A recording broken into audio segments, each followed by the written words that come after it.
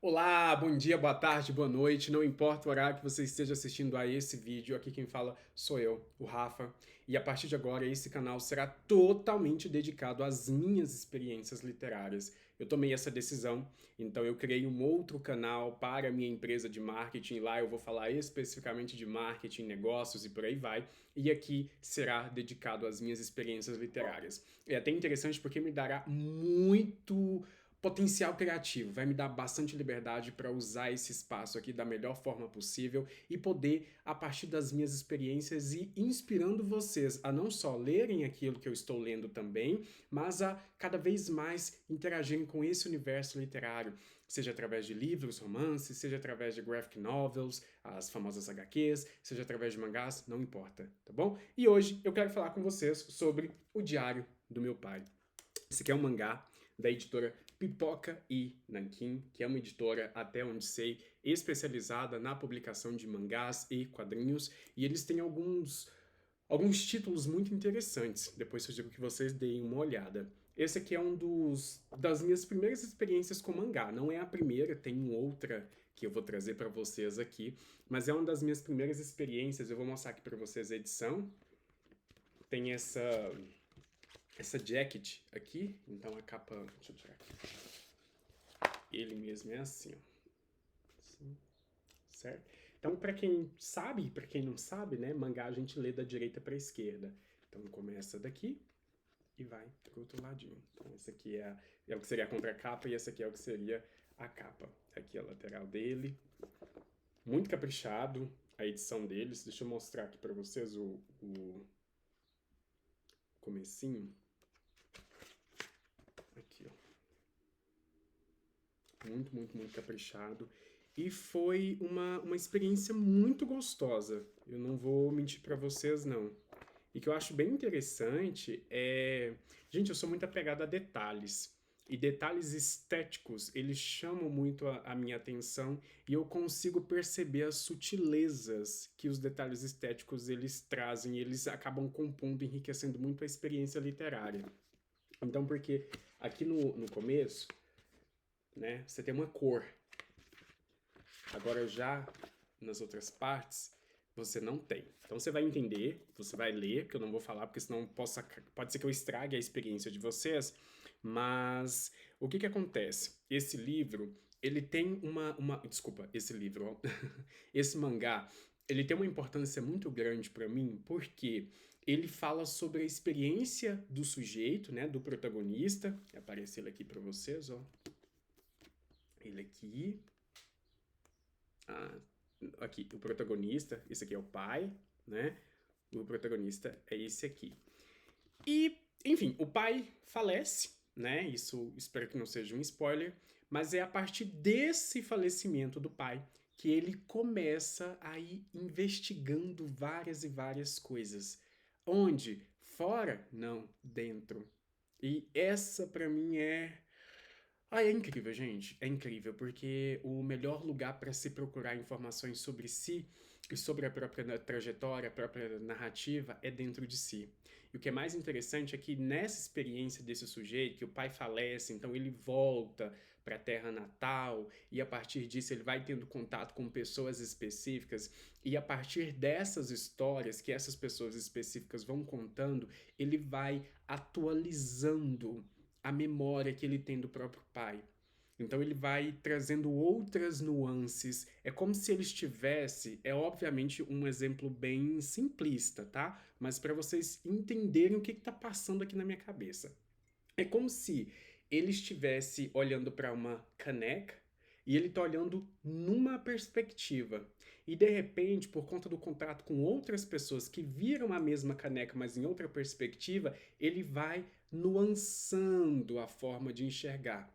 E aqui eu estou usando a caneca como uma metáfora para a figura do pai, e não o pai, porque a gente cria imagens na nossa cabeça. A gente não se relaciona com a pessoa em si, mas com a imagem que a gente cria da pessoa na nossa cabeça. Então, ele vai atualizando. Ele tinha a visão do pai como uma pessoa mais fechada, mais restrita, não tão aberta assim. De repente, ele vai conhecendo pessoas que têm uma visão totalmente diferente do pai. Que não, ele era uma pessoa amorosa, não, ele era uma pessoa aberta, não, ele queria que você estivesse aqui. mas ele entendia, porque a gente tá falando de um filho. É uma história que meio que se repete em vários filmes que você já devem ter assistido, mas aquele filho que sai de casa e ele vai seguir a vida, e ele foca muito em trabalho, e ele tem muita mágoa dos pais. E por conta disso ele não tem um contato tão próximo assim com os pais, e enfim. E acontece alguma coisa e ele volta e ele vai ali buscando mais e mais informações e vai compondo. E o que eu acho interessante é porque se a gente olha aqui, acabou que eu nem falei o nome do autor, né, do mangaka. Tá, cadê, gente? Aqui, é o Jiro. Ah, eu não vou saber pronunciar. Aqui, ó. Não falei o nome do autor, enfim, equívoco meu aqui, mas voltando aqui sobre a história.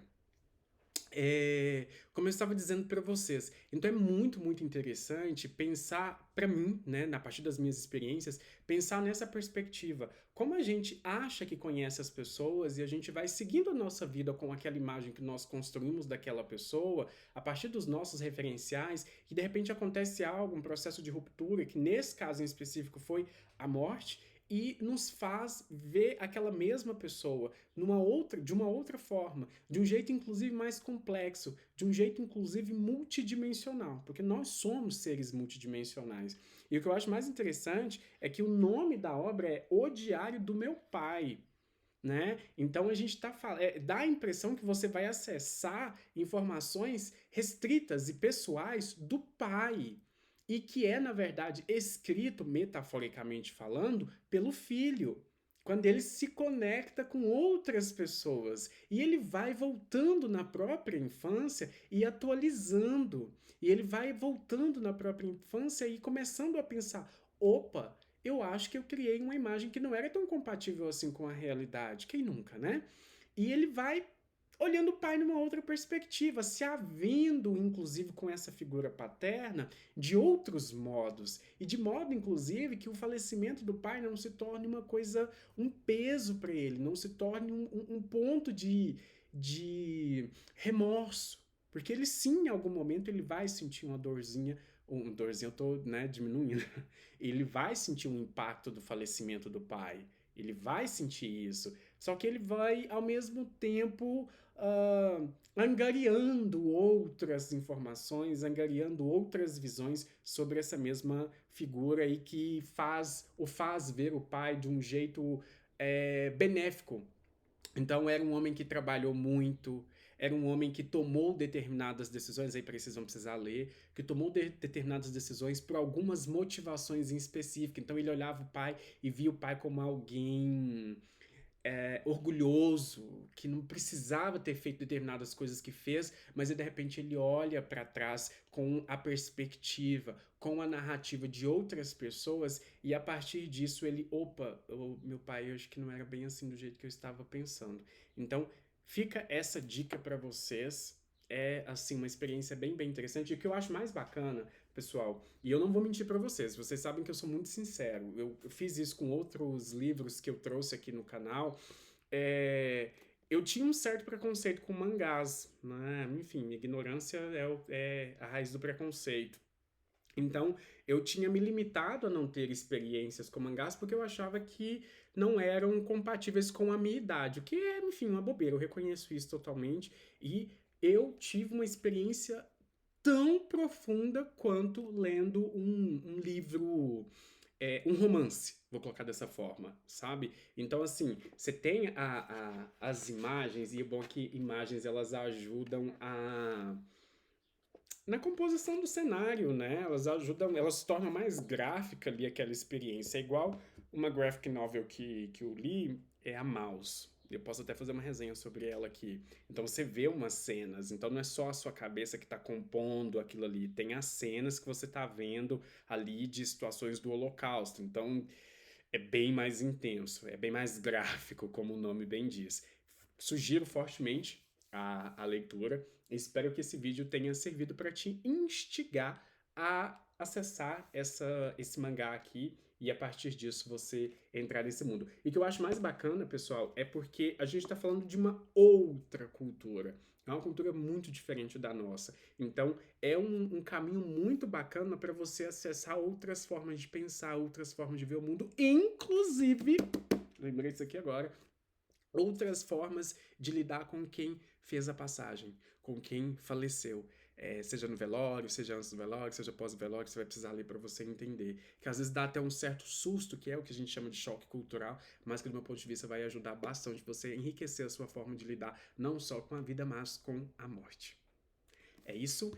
Como sempre eu falo, que esse livro, que esse vídeo ajude você a expandir a sua consciência nos mais variados níveis, e esse é um dos meus grandes objetivos aqui. É por isso que eu faço esse trabalho com tanto amor, com tanto carinho, porque eu gosto de livros, e quem gosta de livros normalmente gosta de falar. Não sei se todo mundo, mas eu gosto de falar sobre livros. É isso. Não se esqueça de se inscrever no canal, ativar o sininho para não perder nenhuma das notificações referentes aos lançamentos que serão feitos aqui. E é isso. E deixa seu comentário também, se você já leu, se você tem interesse em ler, ou se você já teve experiência com algum outro mangá, graphic novel, por aí vai. É isso. Tchau, tchau!